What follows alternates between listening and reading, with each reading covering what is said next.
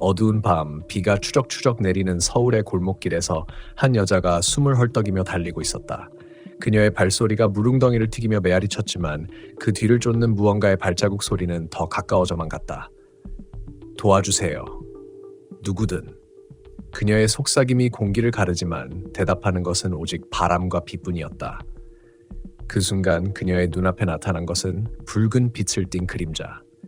그것은 사람이 아니었다. 그것은 과거의 저주였다. 이 이야기는 한국의 오래된 도시 전설에서 시작된다. 1980년대 서울의 한 오래된 아파트에서 일어난 일. 그 아파트는 은혜 맨션으로 불리던 곳으로 전쟁 후 지어진 낡은 건물이었다. 외관은 평범했지만 주민들은 밤이 되면 이상한 소리를 듣곤 했다. 문을 두드리는 소리, 계단을 오르내리는 발소리, 그리고 가끔 들려오는 여자의 울음소리. 사람들은 그것을 귀신의 장난이라고 수군거렸지만 누구도 진실을 파헤치려 하지 않았다. 왜냐하면 그 소리의 주인을 아는 순간 저주가 시작되기 때문이다. 주인공은 지은이라는 젊은 여자였다. 그녀는 25살의 평범한 사무직 여성으로 부모님을 잃고 홀로 서울에 올라와 살고 있었다. 지은은 은혜맨션의 4층에 방을 얻었다. 임대료가 싸다는 이유였다.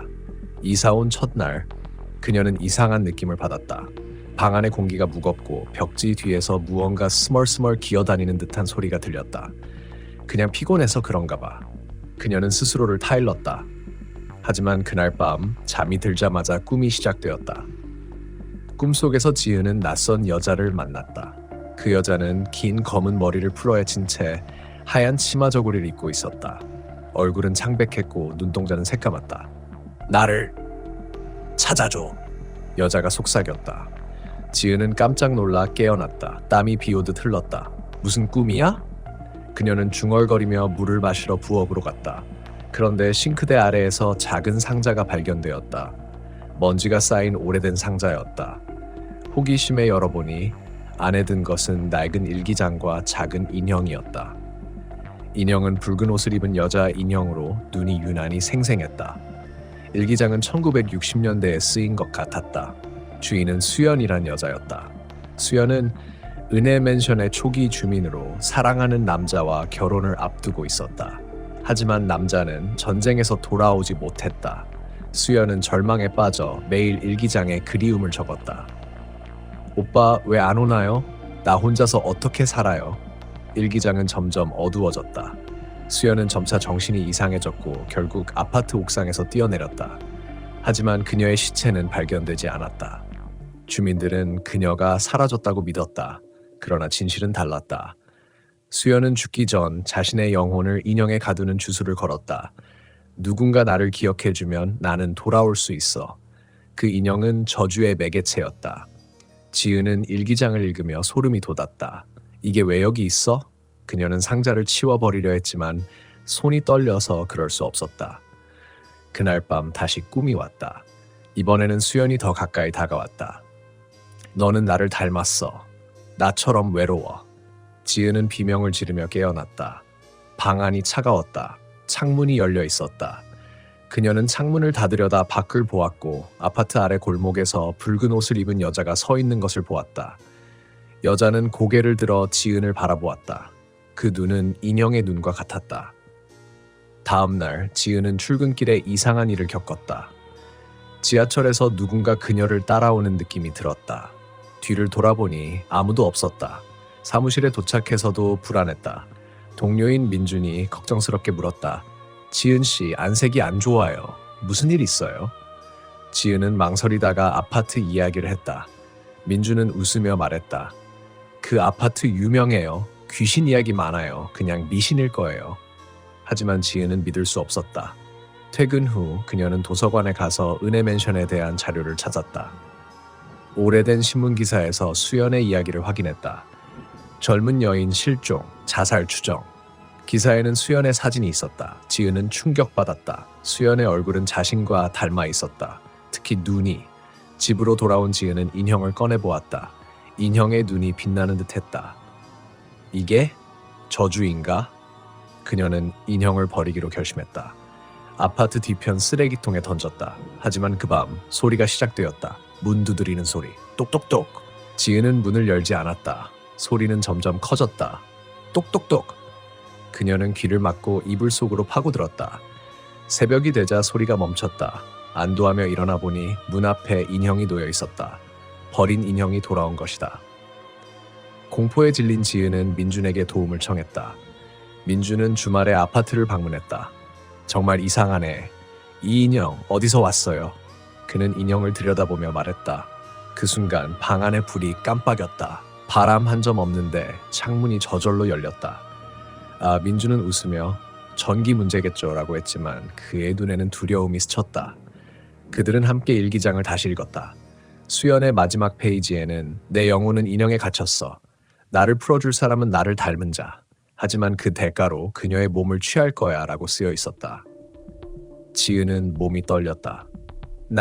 나를 노리는 거야? 민주는 그녀를 안심시키려 애썼다. 미신이야. 같이 무당 찾아가 볼까? 하지만 지은은 이미 늦었다고 느꼈다. 그날 밤 민준이 돌아간 후 지은은 혼자였다. 잠이 들자 수연이 꿈속에서 나타났다. 이번에는 수연의 손이 지은의 팔을 잡았다. 이제 내 차례야. 지은은 비명을 지르며 깨어났다. 하지만 그것은 꿈이 아니었다. 침대 옆에 수연이 서 있었다. 창백한 얼굴, 검은 눈. 나를 풀어줘. 지은은 도망치려 했지만 문이 잠겨 있었다. 그녀는 창문을 열고 밖으로 소리쳤다. 도와주세요. 하지만 비가 내리는 밤 누구도 듣지 못했다. 수연의 그림자가 가까워졌다. 지은의 몸이 차갑게 식어갔다. 그녀는 인형을 집어들고 부수려 했지만 인형의 눈이 그녀를 바라보는 순간 모든 것이 변했다. 지은의 눈이 새까맣게 물들었다. 이것은 시작에 불과하다. 은혜 맨션의 저주는 더 깊고 더 어두운 비밀을 숨기고 있었다. 수연의 과거, 그녀의 사랑, 그리고 배신. 지은은 이제 그 저주의 일부가 되었다. 다음으로 이어지는 이야기에서 그녀는 수연의 기억을 따라 과거로 들어간다. 그곳에서 기다리는 것은 더 큰 공포였다. 지은의 시야가 흐려지기 시작했다. 수연의 차가운 손이 그녀의 어깨를 스치자 몸 전체가 얼어붙는 듯한 감각이 밀려왔다. 방 안의 공기가 무겁게 내려앉았고 시간 자체가 멈춘 것 같았다. 이게 끝인가? 지은의 마음속에서 속삭임이 들렸다. 하지만 그것은 그녀의 목소리가 아니었다. 수연의 목소리였다. 지은은 눈을 감았고 그 순간 그녀의 의식은 과거로 빨려 들어갔다. 마치 꿈속처럼, 아니 더 생생한 환영처럼. 그녀는 이제 수연의 몸속에 갇힌 채 1960년대의 은혜 맨션으로 돌아간 것이었다. 그 시대의 서울은 전쟁의 상처가 아직 아물지 않은 도시였다. 거리는 먼지와 사람들로 붐볐고 은혜 맨션은 새로 지어진 현대적인 건물로 보였다. 수연은 20대 초반의 아름다운 여자였다. 그녀의 일상은 평범했다. 낮에는 공장에서 일하고 밤에는 약혼자인 태호를 기다렸다. 태호는 군인으로 전쟁터에 나가 있었다. 수연의 일기장에서 읽은 대로 그녀는 매일 창가에 앉아 태호의 편지를 기다렸다. 오늘도 편지가 왔어. 오빠가 무사하다고 해. 곧 돌아온대. 수연의 목소리가 지은의 머릿속에 울렸다. 지은은 수연의 눈으로 세상을 보고 있었다. 그녀의 감정, 그녀의 고통이 그대로 전해졌다. 하지만 행복은 오래가지 않았다. 어느 날 태호의 소식이 끊겼다. 수연은 불안에 떨며 군부에 문의했다. 실종됐습니다. 전장에서 사라졌어요. 그 말은 수연의 세계를 무너뜨렸다. 그녀는 매일 밤 울며 잠들었고 꿈에서 태호를 보았다. 수연아, 기다려. 내가 돌아갈게. 하지만 현실은 잔인했다. 수연의 이웃들은 그녀를 동정했지만 곧 피하기 시작했다. 저 여자 미쳤어. 밤마다 중얼거려. 소문이 돌았다. 수연은 점차 고립되었다. 지은은 수연의 기억 속에서 더 깊은 비밀을 발견했다. 태호는 단순히 실종된 것이 아니었다. 그는 배신자였다. 전쟁 중 적군과 내통했다는 소문이 있었다. 수연은 그 사실을 알게 된 후 절망에 빠졌다. 오빠가 왜? 그녀는 일기장에 적었다. 하지만 그보다 더 충격적인 것은 태호의 여동생 미경의 존재였다. 미경은 수연의 절친한 친구였지만 비밀리에 태호를 사랑했다. 수연 언니, 미안해. 하지만 오빠는 나를 선택했어. 미경의 편지가 도착한 날 수연은 무너졌다. 태호는 살아있었지만 미경과 함께 도망쳤다. 그들은 수연을 버린 것이다. 배신의 고통은 수연을 변화시켰다. 그녀는 은혜 맨션의 지하실에서 이상한 책을 발견했다. 오래된 주술서였다. 영혼을 가두는 법. 책에는 인형의 영혼을 봉인하는 의식이 적혀 있었다. 수연은 절망 속에서 그 주술을 시도했다. 내 고통을 영원히 기억하게 할 거야. 나를 버린 자들은 모두 저주받을 테야. 그녀는 자신의 머리카락과 피를 섞어 인형을 만들었다. 인형의 눈은 태호의 사진에서 오려낸 눈이었다. 의식을 치르는 밤, 맨션 전체가 흔들렸다. 번개가 치고 바람이 휘몰아쳤다. 수연은 옥상으로 올라가 인형을 안고 뛰어내렸다. 하지만 그녀의 영혼은 인형에 갇혔다. 시체는 사라졌고 저주는 시작되었다. 지은은 이 기억을 통해 공포를 느꼈다. 이게 수연의 진실이야? 그녀의 의식이 수연의 몸에서 빠져나오려 애썼지만 수연의 영혼이 그녀를 붙잡았다. 너는 나야. 이제 함께하자. 지은은 현실로 돌아오려 버둥거렸다. 눈을 뜨자 그녀는 여전히 방 안에 있었다. 하지만 거울을 보니 자신의 눈이 수연의 눈처럼 새까맸다. 아니야, 이건 꿈이야. 그녀는 중얼거렸다. 하지만 문 두드리는 소리가 다시 시작되었다. 이번에는 더 세게. 똑똑똑. 지은은 민준에게 전화를 걸었다. 민준 씨, 도와줘요. 여기 귀신이 있어요. 민준은 놀라며 달려왔다. 아파트에 도착한 그는 지은의 창백한 얼굴을 보고 충격받았다. 지은 씨, 무슨 일이에요? 지은은 모든 것을 털어놓았다. 수연의 기억, 배신, 주술. 민준은 믿기지 않았지만 인형을 보자 표정이 굳었다. 이 인형, 눈이 살아있는 것 같아. 그는 인형을 불태우기로 했다. 부엌에서 라이터를 가져와 인형에 불을 붙였다. 인형이 타오르자 끔찍한 비명 소리가 들렸다. 여자의 비명. 방 안에 불이 꺼지고 바람이 세게 불었다. 불이 꺼진 후 인형은 재가 되었지만 저주는 끝나지 않았다. 그날 밤 민준이 집으로 돌아가자 지은은 또다시 환영을 보았다. 이번에는 태호의 모습이었다. 태호는 수연의 꿈속에서처럼 나타났다. 수연아, 미안해. 하지만 그의 얼굴은 썩어 들어가고 있었다. 지은은 비명을 지르며 도망쳤지만 아파트 복도에서 미경을 만났다. 미경은 1960년대의 옷차림으로 피를 흘리고 있었다. 언니, 왜 나를 원망해? 오빠는 나 거였어. 지은은 너희가 수연을 죽인 거야 라고 소리쳤다. 이 환영들은 점점 현실이 되어갔다. 지은은 낮에도 그들을 보았다. 출근길 지하철에서 태호가 서 있는 것을 보았고 사무실에서 미경의 목소리가 들렸다. 동료들은 그녀를 이상하게 쳐다보았다. 지은 씨, 요즘 이상해요. 무슨 일 있어요? 지은은 더 이상 참을 수 없었다. 그녀는 무당을 찾아갔다. 서울의 한 오래된 사당에서 늙은 무당이 그녀를 맞이했다. 아가씨, 네 몸에 영혼이 붙었어. 옛날 여자의 영혼. 무당은 굿을 제안했다. 하지만 대가가 크다. 내 영혼의 일부를 주어야 해. 굿 당일 무당은 은혜 맨션으로 왔다. 방 안에서 재물을 차리고 부적을 붙였다. 굿이 시작되자 방 안이 흔들렸다. 수연의 영혼이 나타났다. 나를 왜 방해해? 무당은 주문을 외우며 영혼을 쫓으려 했지만 수연의 힘은 강했다. 무당의 몸이 떨리더니 갑자기 피를 토했다. 이 저주 너무 깊어. 배신의 저주야. 무당은 지은에게 말했다. 네가 수연의 과거를 풀어야 해. 태호와 미경의 진실을 찾아. 지은은 혼란스러웠다. 어떻게요? 무당은 일기장에 숨겨진 페이지를 가리켰다. 일기장 뒤편에 찢어진 페이지가 있었다. 그곳에는 태호의 마지막 편지가 적혀 있었다. 수연아, 미경과 도망치는 건 사실이 아니야. 우리는 적의 포로가 됐어. 미경은 죽었고 나는 살아남기 위해 배신자가 됐어. 용서해. 태호는 전쟁 후 은혜 맨션 근처에서 죽었다.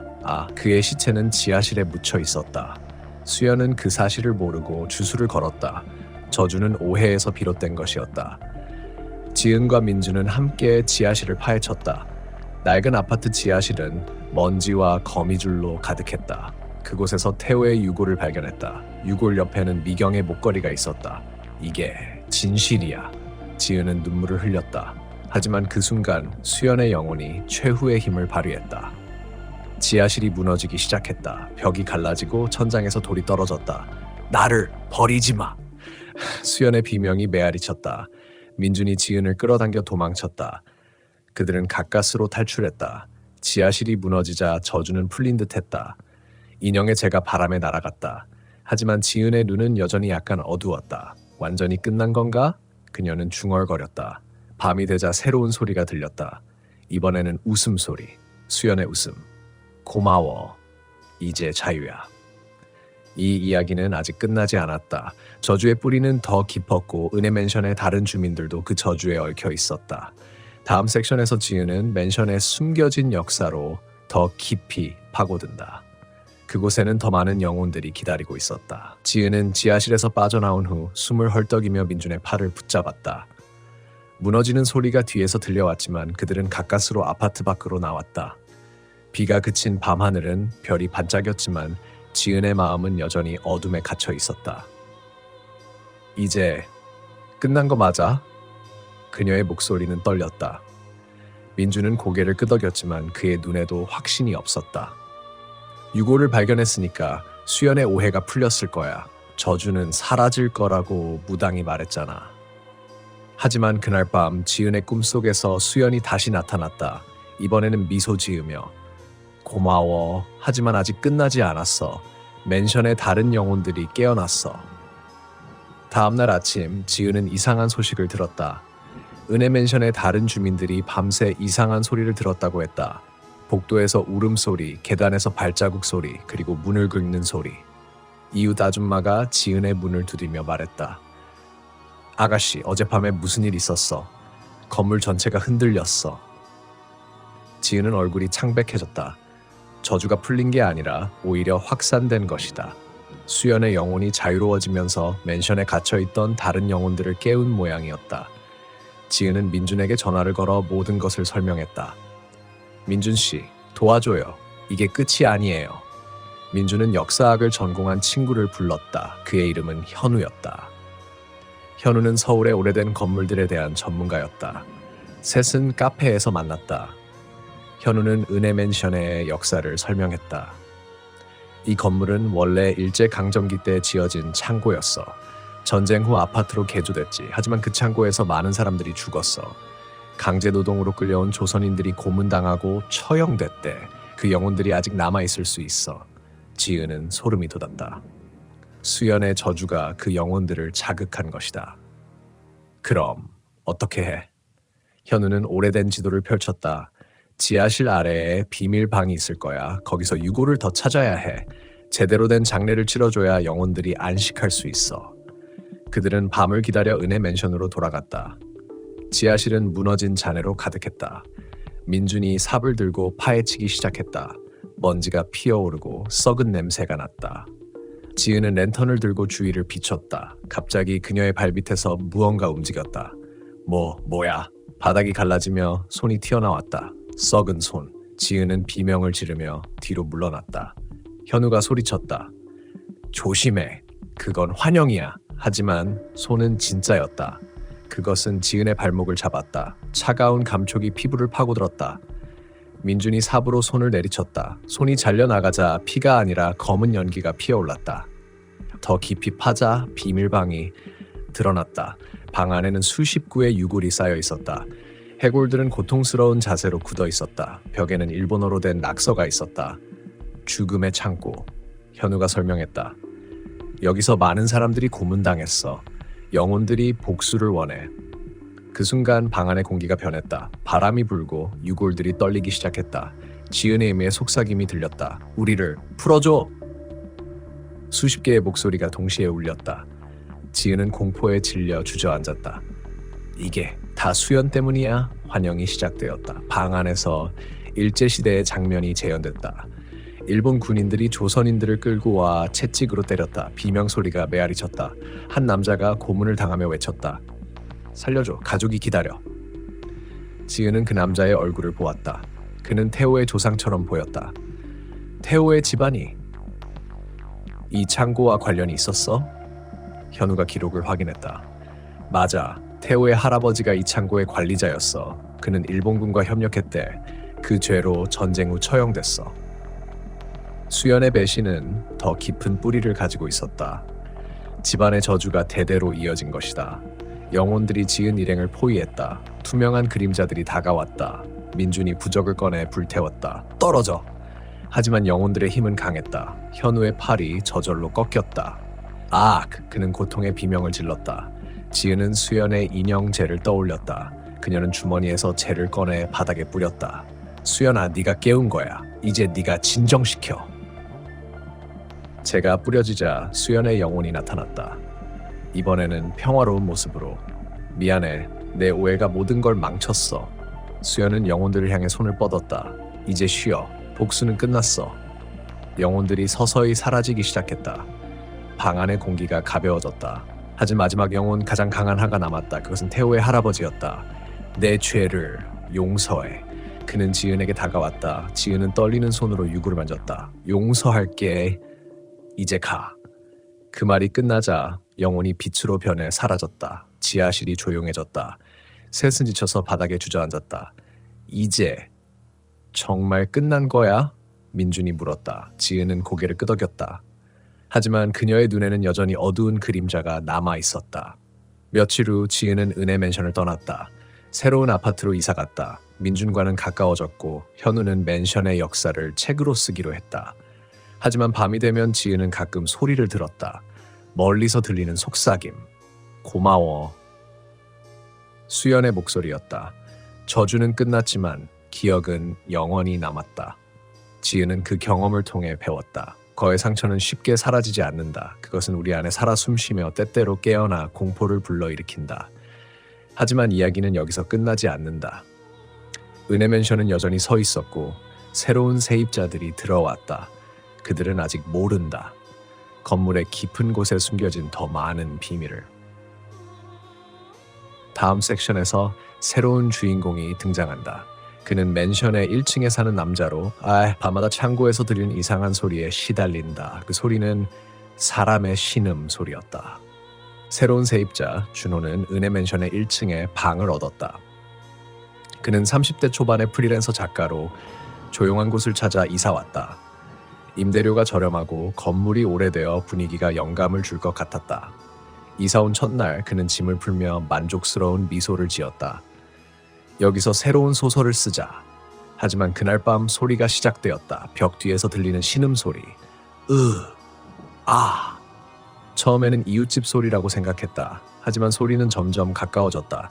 바닥 아래에서 마치 지하에서 올라오는 듯했다. 준호는 불을 켜고 주위를 둘러보았다. 아무것도 없었다. 환청인가? 그는 다시 잠자리에 들었지만 소리는 멈추지 않았다. 꿈속에서 그는 낯선 장면을 보았다. 일제시대의 창고, 사람들이 고문당하는 모습. 한 남자가 바닥에 쓰러져 신음했다. 살려줘. 제발. 준호는 땀에 흠뻑 젖어 깨어났다. 창밖을 보니 비가 내리고 있었다. 골목길에 서 있는 그림자. 그것은 사람처럼 보였지만 움직임이 부자연스러웠다. 다음 날 준호는 건물 관리인에게 물었다. 이 건물 이상한 소리 들리지 않아요? 관리인은 얼굴을 찌푸리며 말했다. 옛날 이야기예요. 그냥 무시하세요. 하지만 준호는 호기심이 생겼다. 그는 인터넷으로 은혜 맨션에 대해 검색했다. 오래된 게시판에서 이야기를 찾았다. 귀신 아파트, 저주받은 건물, 수연이라는 여자의 자살, 지하실의 유골. 최근엔 지은이라는 여자가 이사 갔다는 소문. 준호는 불안해졌다. 내 방 아래가 지하실이야? 밤이 되자 소리가 더 선명해졌다. 이번에는 목소리였다. 도와줘, 여기서 나가고 싶어. 준호는 용기를 내어 바닥을 두드렸다. 누구예요? 대답은 없었다. 대신 문이 저절로 열렸다. 복도로 나가보니 1층 복도가 어두웠다. 먼지 쌓인 문 하나가 눈에 띄었다. 지하실 출입 금지. 호기심에 문을 열어보았다. 계단이 아래로 이어졌다. 랜턴을 들고 내려가자 무너진 잔해가 보였다. 누가 파헤친 거지? 그는 유골 조각을 발견했다. 그 순간 바람이 불고 그림자가 나타났다. 그림자는 일제시대 복장의 남자였다. 얼굴은 피로 물들어 있었고 눈은 텅 비어 있었다. 너 왜 여기에? 남자의 목소리가 메아리 쳤다. 준호는 뒤로 물러났다. 당신은 누구세요? 남자는 이야기를 시작했다. 그의 이름은 철수였다. 강제징용된 조선인으로 이 창고에서 고문당했다. 일본 놈들이 우리를 죽였어. 내 가족은 기다리고 있는데. 철수는 죽기 전 복수를 맹세했다. 이 건물에 사는 자들은 모두 고통받을 거야. 준호는 공포에 질렸다.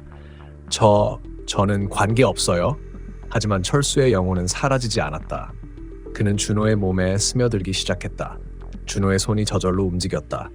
벽에 낙서를 쓰기 시작했다. 죽음의 창고. 준호는 자신의 손을 내려다보며 비명을 질렀다. 집으로 돌아와 거울을 보니 그의 눈이 어두워져 있었다. 이게 무슨?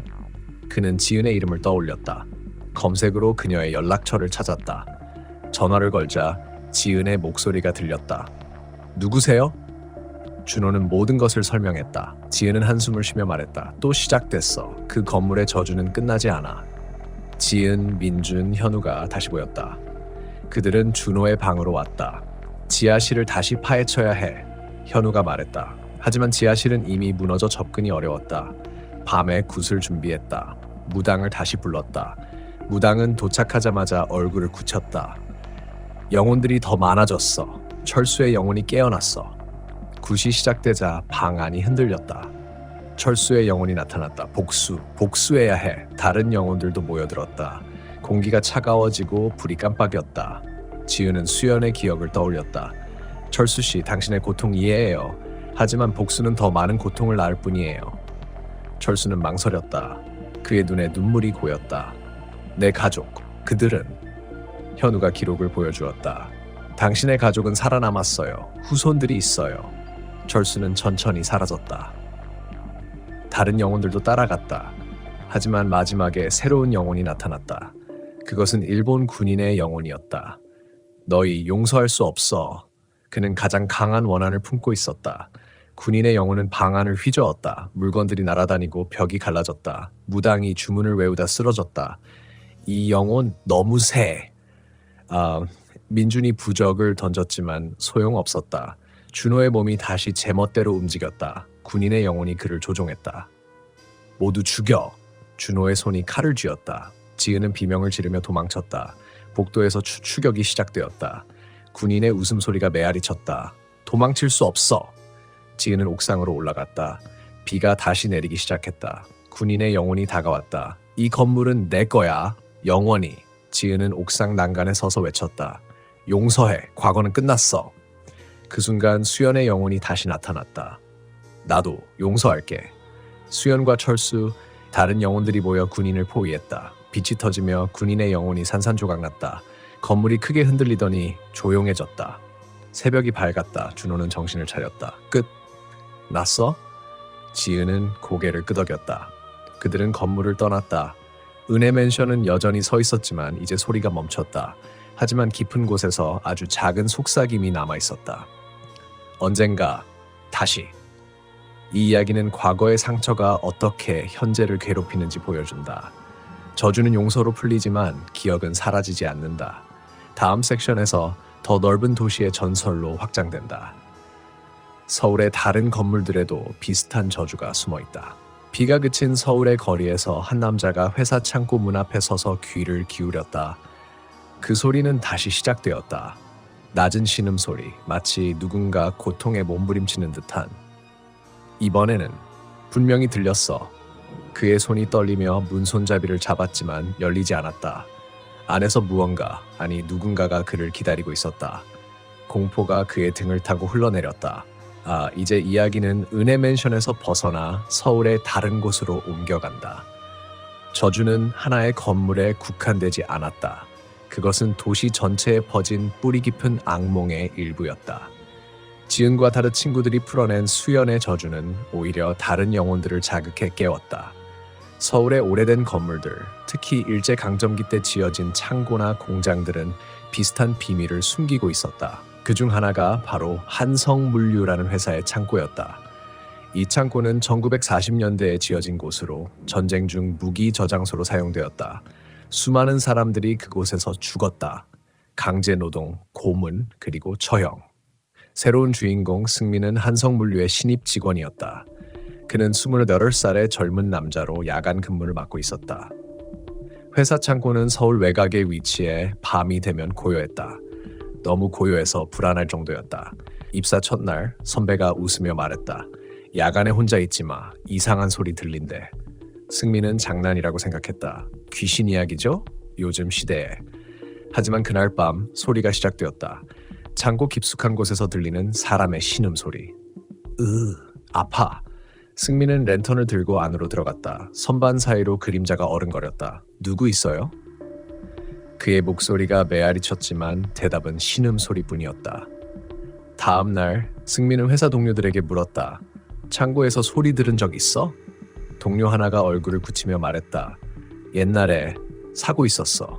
일제 때 노동자들이 반란을 일으켰대. 일본군이 모두 죽였어. 그 영혼들이 아직 남아있다고 해. 승민은 불안해졌다. 그는 인터넷으로 한성물류 창고에 대한 정보를 찾았다. 오래된 기사에서 확인했다. 1945년 창고 화재로 50명 사망. 원인 미상. 하지만 소문에 따르면 화재가 아니라 학살이었다. 일본군이 패배를 앞두고 증거를 인멸하기 위해 노동자들 가두고 불을 질렀다. 그날 밤 승민의 야간 근무가 다시 시작되었다. 창고 안은 어두웠고 공기가 습하고 차가웠다. 그는 물건을 정리하며 시간을 보냈다. 그러다 갑자기 불이 깜빡였다. 전기 문제인가? 그는 중얼거렸다. 하지만 소리가 가까워졌다. 이번에는 목소리였다. 도와줘. 불이 뜨거워. 승민은 소리가 나는 방향으로 갔다. 창고 구석 낡은 문 뒤였다. 문을 열어보니 작은 방이 나왔다. 먼지 쌓인 상자와 오래된 도구들. 그곳에서 그는 낡은 일기장을 발견했다. 표지가 타버린 듯한 일기장. 일기장은 1940년대에 쓰인 것이었다. 주인은 민철이라는 노동자였다. 오늘도 고문당했다. 일본 놈들이 우리를 짐승처럼 부려. 가족 생각에 눈물이 난다. 일기장은 점점 절망적으로 변했다. 반란을 계획 중이야. 자유를 위해. 마지막 페이지에는 화재가 그들이 불을 질렀어. 우리는 갇혔어. 살려줘 라고 적혀 있었다. 승민은 소름이 돋았다. 이게 실화야? 그는 일기장을 치워버리려 했지만 손이 떨렸다. 그 순간 방 안의 온도가 급격히 올라갔다. 마치 불이 타오르는 듯한 열기. 승민은 도망치려 했지만 문이 잠겨 있었다. 뭐야? 열리지 않아! 그는 문을 두드렸다. 안에서 신음소리가 커졌다. 뜨거워. 아파. 환영이 시작되었다. 창고가 불타는 장면, 노동자들이 비명을 지르며 타들어갔다. 민철의 얼굴이 승민 앞에 나타났다. 썩은 피부, 타버린 눈. 너 왜 우리를 잊었어? 승민은 비명을 지르며 주저앉았다. 미안해, 몰랐어. 하지만 영혼은 다가왔다. 그의 몸에 열기가 스며들었다. 피부가 타는 듯한 고통. 간신히 문이 열리자 승민은 밖으로 뛰쳐나왔다. 회사로 돌아와 상사에게 보고했다. 창고에 귀신이 있어요. 상사는 웃으며 피곤해서 그런가 봐라고 했지만 눈에는 두려움이 스쳤다. 승민은 집으로 돌아갔지만 그날 밤 꿈에서 민철을 보았다. 나를 풀어줘. 장례를 치러줘. 승민은 깨어나 땀에 젖었다. 그는 은혜 맨션의 이야기를 떠올렸다. 최근 뉴스에서 본 적이 있었다. 비슷한 저주 이야기. 그 아파트와 연결된 건가? 다음날 승민은 지은의 연락처를 수소문에 찾았다. 그녀는 이제 공포 경험자로 유명해졌다. 전화를 받자 지은은 한숨을 쉬었다. 또 다른 피해자예요? 승민은 모든 것을 설명했다. 지은, 민준, 현우, 준호가 모여 한성물류로 왔다. 이 창고 은혜 맨션의 창고와 같은 시대예요. 현우가 말했다.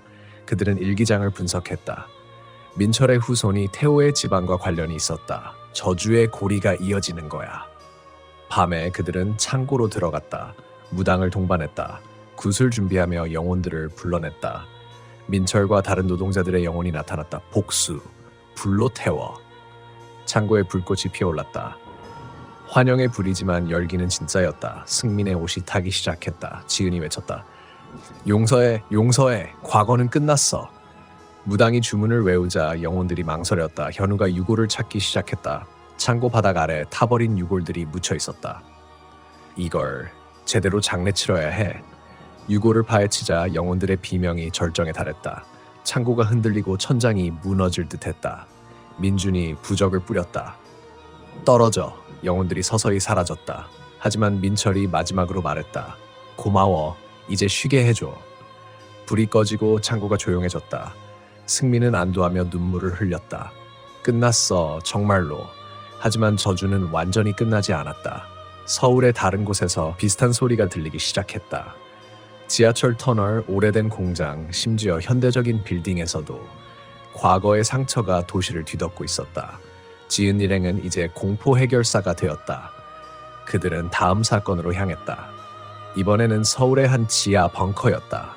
그곳에서 기다리는 것은 더 에인시언트한 공포였다. 서울의 밤은 여전히 불안한 기운으로 가득 차 있었다. 지하철역의 마지막 열차가 떠난 후 텅 빈 플랫폼에서 한 남자가 혼자 서 있었다. 그의 이름은 도현, 30대 중반의 지하철 보안 요원이었다. 손전등 불빛이 어두운 터널 속을 비췄지만 그 끝에는 무언가 움직인 그림자가 있었다. 누구야? 거기 누구 있어? 그의 목소리가 메아리 쳤지만 대답 대신 낮은 웃음소리가 들려왔다. 섬뜩한 여자의 웃음소리. 도연의 심장이 쿵쾅거렸다. 그는 몰랐다. 자신이 서울의 또 다른 저주의 문을 열고 있다는 것을. 지은과 그녀의 동료들 민준, 현우, 준호 그리고 이제 승민까지는 한성 물류창고 사건 이후 잠시 숨을 돌렸다. 하지만 그들의 안식은 오래가지 않았다. 도연이 인터넷 커뮤니티에 올린 글이 그들의 눈에 띄었다. 강남역 지하 벙커에서 이상한 소리 들림. 귀신인가? 지은은 화면을 보며 한숨을 쉬었다. 이제 도시 전체가 저주에 휩싸인 것 같아. 현우가 자료를 뒤지며 말했다. 강남역 아래엔 일제강점기 때 지어진 비밀 벙커가 있어. 군사기지로 쓰였지. 거기서도 학살이 있었대.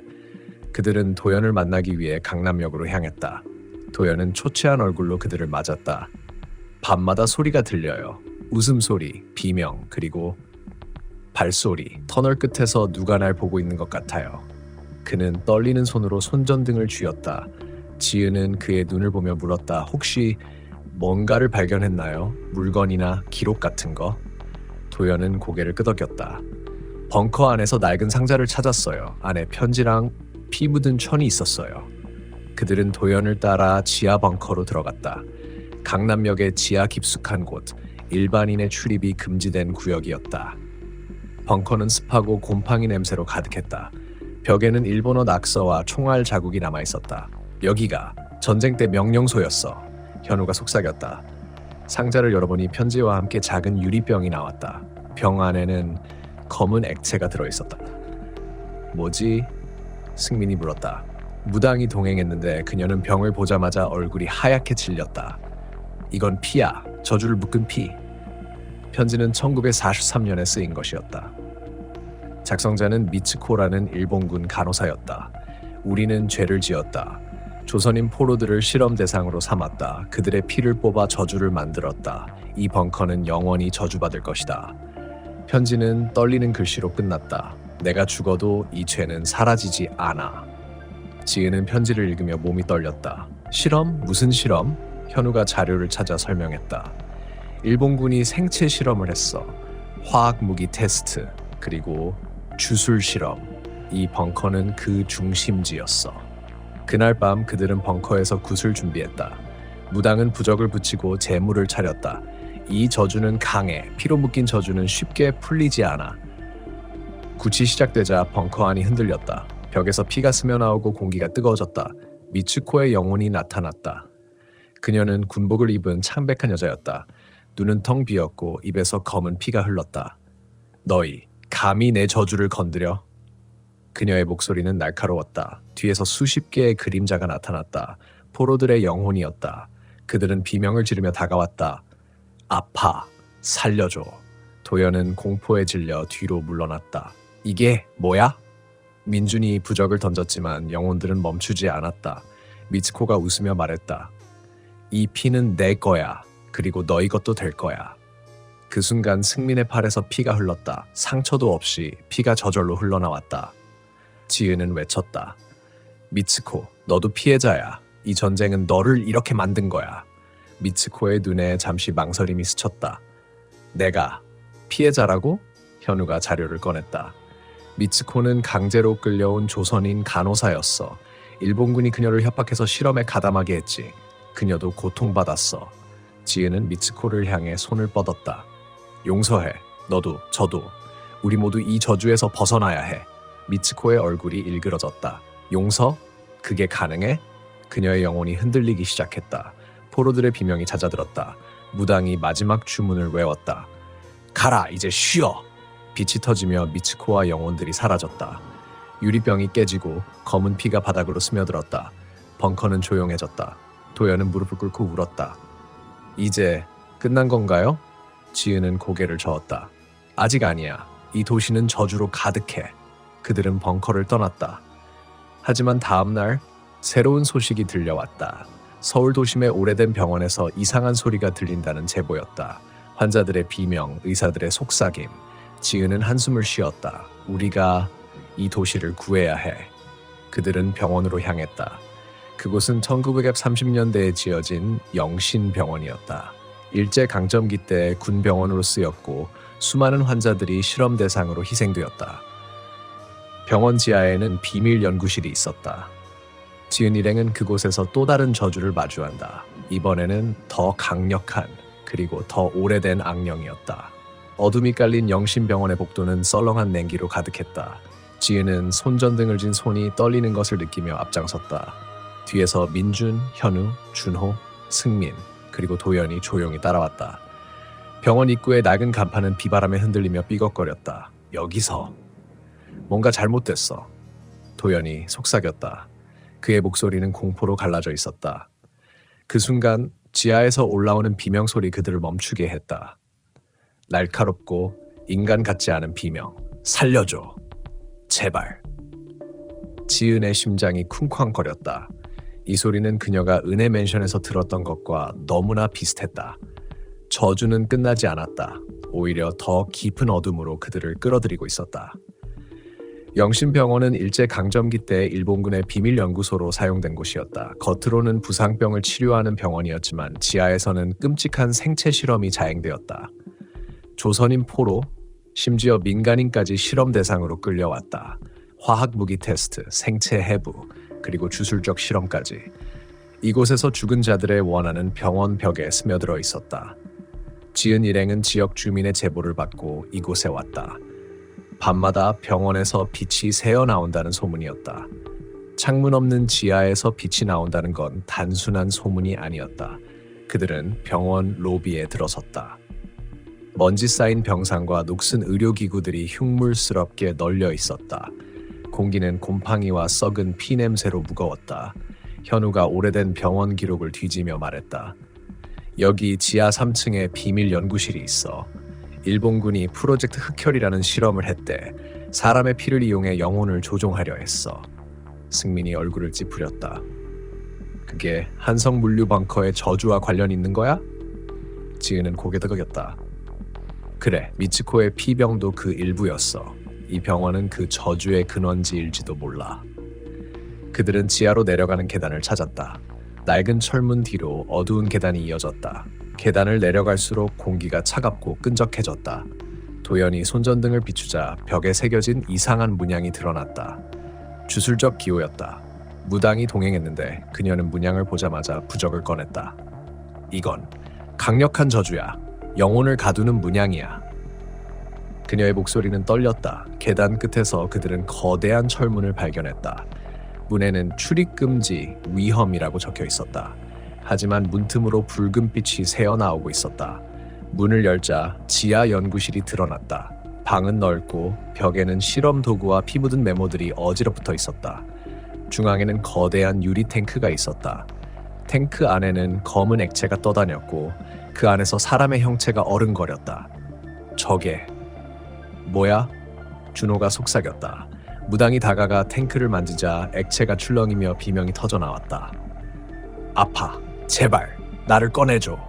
수십 개의 목소리가 동시에 울렸다. 지은은 탱크를 보자마자 수연의 인형을 떠올렸다. 이건 영혼을 가둔 거야. 현우가 메모를 읽었다. 프로젝트 흑혈 영혼을 피해 가두는 실험. 성공 시 영혼을 무기로 사용 가능. 메모는 일본군 장교 야마모토의 서명으로 끝났다. 야마모토는 이곳 책임자였어. 전쟁 후 행방불명됐다고 해. 그 순간 탱크 안에서 형체가 선명해졌다. 야마모토의 얼굴이었다. 그의 눈은 새빨갛게 빛났다. 너희 내 실험을 망치려 해? 그의 목소리가 벙커 전체를 울렸다. 방 안의 기구들이 떨리며 날아다녔다. 도연이 비명을 지르며 뒤로 물러났다. 이게 진짜야? 야마모토의 영혼이 탱크에서 빠져나왔다. 그는 군복을 입은 거대한 그림자였다. 뒤에서 수십 개의 영혼이 따라 나왔다. 실험으로 희생된 자들, 조선인, 포로, 심지어 일본군 병사들까지. 그들의 얼굴은 고통으로 일그러져 있었다. 죽여! 모두 죽여! 야마모토가 명령하자 영혼들이 일행을 포위했다. 민준이 부적을 뿌렸지만 소용없었다. 무당이 주문을 외우다 피를 토했다. 이 저주는 내 힘으론 못 풀어. 그녀가 쓰러졌다. 지은은 탱크를 향해 달렸다. 이걸 부숴야 해. 그녀는 쇠파이프를 집어 탱크를 내리쳤다. 유리가 깨지며 검은 피가 쏟아졌다. 바닥에 닿자 피가 증발하며 비명이 터졌다. 영혼들이 하나둘 사라졌다. 하지만 야마모토는 여전히 서 있었다. 너희는 절대 이 저주를 풀 수 없어. 이 도시는 내 거야. 그의 손이 지은의 목을 조였다. 차가운 감각이 그녀의 숨을 막았다. 그 순간 수연의 영혼이 나타났다. 야마모토, 네 죄는 끝났어. 수연의 뒤로 은혜 맨션과 한성 물류의 영혼들이 나타났다. 미치코, 철수, 민철. 그들이 야마모토를 포위했다. 너희, 감히. 야마모토가 포위했지만 영혼들의 빛이 그를 삼켰다. 지은은 숨을 헐떡이며 바닥에 주저앉았다. 연구실은 조용해졌다. 탱크는 텅 비었고 검은 피는 사라졌다. 무당이 정신을 차리며 말했다. 저주가 약해졌어. 하지만 완전히 끝난 건 아니야. 그녀는 벽에 붙은 메모를 가리켰다. 야마모토의 주술은 서울 전역에 퍼져 있어. 다른 장소에도 이런 탱크가 있을 거야. 그들은 병원을 떠났다. 지은의 눈에는 결의가 서렸다. 우리가 이 도시의 저주를 모두 풀어야 해. 민준이 물었다. 어떻게? 너무 많아. 현우가 대답했다. 야마모토의 기록을 찾아야 해. 그의 주술이 어디에 퍼졌는지 알아야 해. 그들은 서울 도서관으로 향했다. 그곳에서 오래된 군사 기록을 발견했다. 야마모토는 서울 곳곳에 주술 탱크를 설치했어. 다음은 한강 다리 아래야. 한강 다리 아래 또 다른 저주가 기다리고 있었다. 그곳에는 전쟁 중 처형된 자들의 영혼이 갇혀 있었다. 지은과 일행은 이제 서울의 어둠과 싸우는 전사들이 되었다. 그들의 싸움은 끝나지 않았다. 다음 섹션에서 한강의 저주 드러난다. 한강의 물결은 밤하늘을 반사하며 조용히 흘렀다. 하지만 다리 아래 물가에 숨겨진 오래된 콘크리트 구조물 안에서는 다른 소리가 울리고 있었다. 물방울 떨어지는 소리, 그리고 가끔 섞이는 신음. 여기, 나를 찾아. 지은은 다리 아래로 내려가는 좁은 길을 따라 걸으며 손에 쥔 손전등의 불빛을 앞세웠다. 그녀의 뒤를 민준이 따랐고 나머지 일행, 현우, 준호, 승민, 도현이 긴장된 얼굴로 따라왔다. 무당은 이미 지쳐 보였지만 부적을 진 손은 단단했다. 이곳은 가장 오래된 저주의 뿌리야. 야마모토의 주술이 시작된 곳. 현우의 목소리가 바람에 섞여 메아리쳤다. 한강 다리 아래 벙커는 일제강점기 때 지어진 비밀 처형장이었다. 일본군이 반항적인 조선인들을 끌고 와 처형하고 시체를 강물에 버렸다. 야마모토는 이곳에서 처음으로 흑혈 주술을 실험했다. 피를 이용해 영혼을 가두고 그 힘을 무기로 삼으려 했다. 기록에 따르면 수백 명의 희생자들이 이곳에서 죽었다. 그들의 원한은 강물에 스며들어 서울 전체의 저주를 키웠다. 지은 일행은 도서관에서 찾은 지도로 이곳을 찾아왔다. 탱크가 여기 있을 거야. 지은이 말했다. 그녀의 목소리는 결의로 가득했지만 마음속에는 두려움이 스멀스멀 피어올랐다. 벙커 입구는 물가에 반쯤 잠긴 철문이었다. 녹슬고 이끼가 낀 문을 밀자 야기익 소리가 났다. 안으로 들어서자 습한 공기가 코를 찔렀다. 바닥에는 물이 고여 있었고 벽에는 총알 자국과 핏 자국이 남아 있었다. 조심해. 함정이 있을 수 있어. 민준이 속삭였다. 그들은 깊숙이 들어갔다. 손전등 불빛이 벽을 비추자 주술 문양이 드러났다. 영신병원에서 본 것과 같았다. 무당이 부적을 붙이며 말했다. 영혼들이 깨어나고 있어. 서둘러. 중앙에 도착하자 거대한 탱크가 보였다. 영신병원의 것보다 더 컸다. 탱크 안에는 검은 피가 출렁였고 그 안에서 수많은 얼굴들이 떠다녔다. 고통스러운 표정의 얼굴들. 이게 근원이야. 현우가 중얼거렸다. 탱크 옆에는 야마모토의 일기장이 놓여 있었다. 지은이 그것을 집어 읽었다. 1942년 한강 벙커 첫 실험 성공. 조선인 10명의 영혼을 가두었다. 이 힘으로 전쟁을 이길 수 있다. 일기장은 점점 광기어졌다. 영혼들이 반항한다. 나를 저주한다. 하지만 나는 불멸할 것이다. 마지막 페이지에는 내 피를 섞었다. 이제 나는 이 저주의 일부다 라고 적혀 있었다. 그 순간 탱크가 출렁이기 시작했다. 검은 피가 넘쳐 흘렀고 영혼들이 쏟아져 나왔다. 야마모토의 영혼이 가장 먼저 나타났다. 이번에는 더 강력한 모습으로 검은 안개에 둘러싸인 거대한 형체였다. 너희 여기까지 왔군. 하지만 이곳은 내 영역이다. 야크의 포효가 벙커를 흔들었다. 뒤에서 희생자들의 영혼이 모여들었다. 그들은 야마모토를 따르는 듯했지만 눈에는 원한이 가득했다. 죽여, 모두 죽여. 도연이 비명을 지르며 뒤로 물러났다. 이게 너무 많아. 영혼들이 일행을 공격했다. 준호의 팔이 저절로 꺾였고 승민의 몸에 피가 스며들었다. 무당이 주문을 외우며 부적을 던졌다. 떨어져라, 이 저주를 풀어라. 하지만 야마모토의 힘은 압도적이었다. 그는 지은을 향해 다가왔다. 너 수연의 후예인가? 내 피를 취하겠다. 지은은 쇠파이프를 쥐고 탱크를 노렸다. 내 죄는 끝났어. 그녀가 내리치려는 순간 야마모토의 손이 그녀를 붙잡았다. 차가운 고통이 온몸을 파고들었다. 그때 수연의 영혼이 나타났다. 야마모토, 내가 나의 고통을 만들었어. 수연의 뒤로 이전에 풀린 모든 영혼들이 모였다.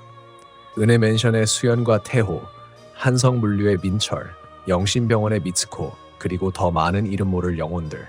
그들은 하나의 빛으로 합쳐져 야마모토를 포위했다. 용서? 불가능해. 야마모토가 외쳤지만 빛이 그를 삼켰다. 탱크가 폭발하며 검은 피가 강물로 흘러들었다. 영혼들의 비명이 잦아들고 벙커가 조용해졌다. 지은은 바닥에 주저앉아 숨을 헐떡였다. 이제 정말 끝난 거야? 민준이 그녀를 부축하며 말했다. 그래, 저주의 근원이 파괴됐어. 무당이 확인했다. 영혼들이 자유로워졌어. 하지만 조심해. 과거의 상처는 완전히 사라지지 않아. 그들은 벙커를 떠났다. 한강물은 여전히 흘렀지만 이제 평화로워 보였다. 며칠 후 지은은 일상으로 돌아갔다. 하지만 밤이 되면 가끔 꿈에서 영혼들을 보았다. 그들은 미소 지으며 고마워라고 속삭였다. 서울의 거리는 여전히 바빴지만 이상한 소문은 사라졌다. 지은과 일행은 이제 친구가 되었다. 그들은 가끔 모여 과거를 회상했다. 우리가 도시를 구한 거야. 현우가 웃으며 말했다. 하지만 이야기는 여기서 끝나지 않는다. 저주는 풀렸지만 새로운 세대가 올 테고 과거를 잊는 순간 다시 깨어날 수 있다. 서울의 어둠은 영원히 사라지지 않는다. 그것은 우리 안에 있다. 서울의 거리는 이제 평화로워 보였지만 지은의 마음속에는 여전히 잔재하는 어둠이 있었다. 한강 벙커에서 야마모토의 저주를 풀어낸 후 그녀는 매일 밤 꿈에서 그 영혼들을 보았다. 그들은 고통스러운 얼굴로 그녀를 바라보지 않았다. 대신 평화로운 미소를 지으며 고마워. 이제 우리는 자유야 라고 속삭였다. 하지만 지은은 알았다. 저주는 완전히 사라지지 않았다. 그것은 사람들의 마음속에 잊힌 과거의 상처로 남아 있었다. 그리고 그 상처가 다시 깨어나는 순간 새로운 공포가 시작될 터였다. 지은과 일행은 이제 서울의 그림자 수호자라는 이름으로 불리기 시작했다. 소문이 퍼지면서 사람들이 그들에게 도움을 청했다. 우리 집에서 이상한 소리가 들려요. 꿈에서 죽은 사람이 나타나요. 그런 제보가 쏟아졌다. 지은은 피곤했지만 포기할 수 없었다. 우리가 시작한 일이야. 끝까지 해야 해. 민준이 그녀의 손을 잡으며 말했다. 함께라면 할 수 있어. 그들의 팀은 더 커졌다. 도연은 지하철의 전문가가 되었고 승민은 창고와 공장의 비밀을 파헤쳤다. 현우는 역사 자료를, 준호는 주술 도구를 담당했다. 무당은 그들의 영적 안내자가 되었다. 마지막 사건은 서울의 중심, 광화문 광장에서 시작되었다. 광장 아래에는 조선시대부터 내려온 지하 무덤이 있었다. 일제 강점기 때 일본군이 그 무덤을 파헤쳐 주술 실험에 사용했다. 야마모토의 주술이 모든 저주의 연결고리였다. 최근 광장에서 이상한 일이 벌어졌다. 밤이 되면 광장 바닥에서 빛이 새어나오고 사람들의 그림자가 길게 늘어지며 움직였다. 한 노인이 지은에게 연락했다. 광장에서 조상님들의 울음소리가 들려요. 지은은 직감했다. 이게 최후의 저주야. 그들은 광화문으로 모였다. 밤 12시 광장은 텅 비어 있었다. 달빛이 광장을 비추고 바람이 불었다. 지은이 바닥을 만지자 차가운 기운이 손을 타고 올라왔다. 여기 아래에 무덤이 있어. 현우가 지도를 펼쳤다. 조선 왕실의 비밀 무덤, 일본군이 훼손했어. 그들은 광장 한 구석에 맨홀을 열고 아래로 내려갔다. 지하 통로는 습하고 어두웠다. 벽에는 고대 한자와 주술 문양이 섞여 있었다. 이건 조선시대 주술과 일본 주술이 합쳐진 거야. 무당이 말했다. 깊숙이 들어가자 거대한 무덤방이 나타났다. 중앙에는 수십 개의 관이 놓여 있었다. 관 뚜껑이 저절로 열리며 영혼들이 일어났다. 그들은 조선 복장을 한 왕족과 백성들이었다. 얼굴은 창백하고 눈은 피로 물들어 있었다. 너희 왜 우리를 깨웠나? 가장 앞에 선 영혼, 조선 왕의 영혼이 물었다. 지은은 무릎을 꿇고 말했다. 저희가 당신들의 평화를 방해한 게 아니에요. 일본군의 저주가 당신들을 묶었어요. 왕의 영혼은 한숨을 쉬었다. 그 저주 우리도 안다. 야마모토라는 자가 우리의 피를 훔쳤다. 야마모토의 영혼이 다시 나타났다. 이번에는 잔재만 남은 그림자로 하지만 여전히 강력했다. 이 무덤은 내 마지막 보루다. 너희를 모두 삼키겠다. 그는 무덤을 흔들며 공격했다. 영혼들이 비명을 지르며 일행을 둘러쌌다. 민준의 몸이 얼어붙고 준호의 팔에서 피가 흘렀다. 무당이 주문을 외우며 부적을 뿌렸다. 이제 끝내자. 지은은 무덤 중앙의 제단으로 달렸다. 제단에는 야마모토의 피병이 놓여 있었다. 이게 모든 저주의 핵심이야. 그녀는 병을 부수려 했지만 야마모토의 손이 그녀를 막았다. 절정의 순간 지은의 마음속에서 모든 영혼들의 목소리가 울렸다. 수연, 미츠코, 철수, 민철. 그들이 지은을 지지했다. 우리와 함께 싸워. 지은은 힘을 모아 병을 부렸다. 병이 깨지자 검은 피가 폭발하며 야마모토의 영혼이 산산조각 났다. 무덤이 밝아지며 조선 영혼들이 평화로운 빛으로 변했다. 왕의 영혼이 지은에게 말했다. 고맙다. 이제 우리는 안식할 수 있다. 너희도 과거를 잊지 마라.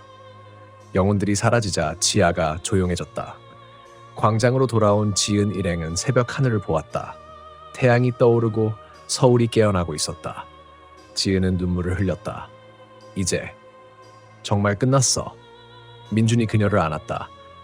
그래, 하지만 우리의 여정은 계속될 거야. 그들은 함께 광장을 걸었다. 공포는 끝났지만 그 경험은 그들을 더 강하게 만들었다. 과거의 상처를 기억하고 용서하며 사는 법을 배웠다. 서울의 거리는 이제 빛으로 가득 찼다. 하지만 깊은 곳에서 아주 작은 속삭임이 남아 있었다. 기억해, 우리를. 이 이야기는 공포의 끝이 새로운 시작임을 보여준다. 저주는 풀렸지만 인간의 마음속 어둠은 영원하다. 그러나 사랑과 용기로 그것을 이길 수 있다.